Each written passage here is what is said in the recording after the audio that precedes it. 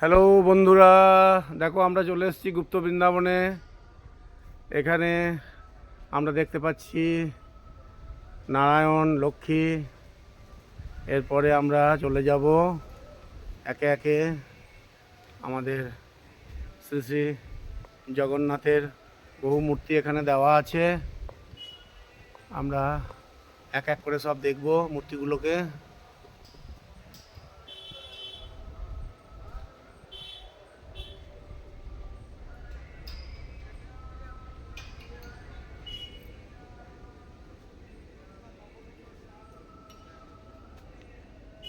দেখুন, এখানে অনেকগুলো জগন্নাথের মূর্তি দেওয়া আছে।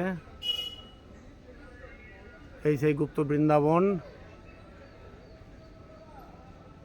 যেটা পুরীর সি বিচ থেকে প্রায় 4 থেকে 4.5 কিলোমিটার দূরে অবস্থিত। এখানে